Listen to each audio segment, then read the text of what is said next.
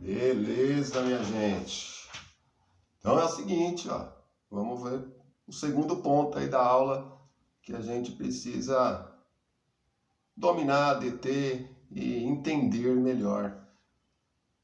É sobre a sociedade francesa, tá? Então, se você tem um povo que está começando a absorver as ideias iluministas e começam a achar errada a forma com que são tratados, nós temos que saber quem é essa gente, tá? E para isso é muito simples. Basta a gente voltar para a boa e velha pirâmide social, aquelas que você já conhece muitíssimo bem, que eu já falei, refalei, cansei de falar, berrei, chorei, fiz de tudo para você mentalizar isso aí, tá? A sociedade francesa, a sociedade europeia é aquela que a gente conhece, que tem o clero lá no topo, a nobreza e o povão, tá?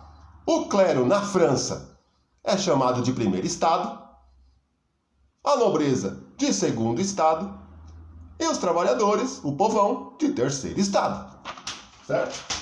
Então, essa formação da sociedade é muito interessante, porque você tem um clero e uma nobreza muito pequena, tá? É 3% da população total da França.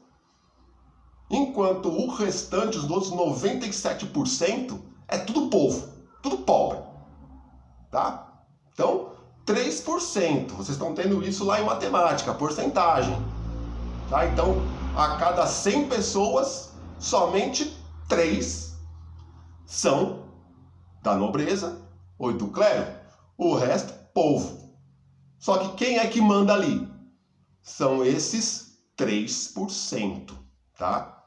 O clero, que coloca as ideias morais na sociedade, tá? Que diz o que é certo e o que é errado, como eu já falei, tá? Que fala com Deus, traz a palavra e coloca para nós o que nós devemos fazer. A nobreza, que tem como a figura do rei o seu ser mais importante, tá? Que detém o poder absoluto, né? Que ele manda e desmanda. Esse daí tem o poder político, tá? Ele cria as regras. E você tem a massa do povão, tá? Lá embaixo na pirâmide, na base, sendo seus 97% que paga imposto. Só. Eles vivem para pagar imposto. Essa época na França, essa sociedade francesa está vivendo uma miséria enorme. O povão está passando fome, basicamente, tá? É uma época em que o pão é caríssimo e é o principal alimento do povo. Chegou-se a um momento em que uma pessoa saía para trabalhar e o dinheiro que ela ganhava no dia era o preço de um pãozinho. Então imagina você, seus familiares aí, sair para trabalhar, o dia inteiro ali, ó, ralando, sendo malhado pelo patrão. Quando ele volta para casa, ele volta com um pão de 25 centavos. Tá? Então, é isso que esse povo está vivendo. Está sofrendo pra caramba e passando fome. Né? Aquelas famílias grandes, como eu já falei, numerosas. Então, é um pãozinho para aquele monte de pobrinho. É um negócio muito doido. Tá? E é por isso que esse povo vai ficar igual esse camaradinho aqui, ó. Pistola, né? Pistola, basicamente.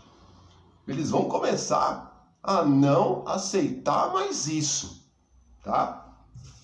Eles vão começar a contestar, a questionar, a não aceitar o poder absoluto do rei.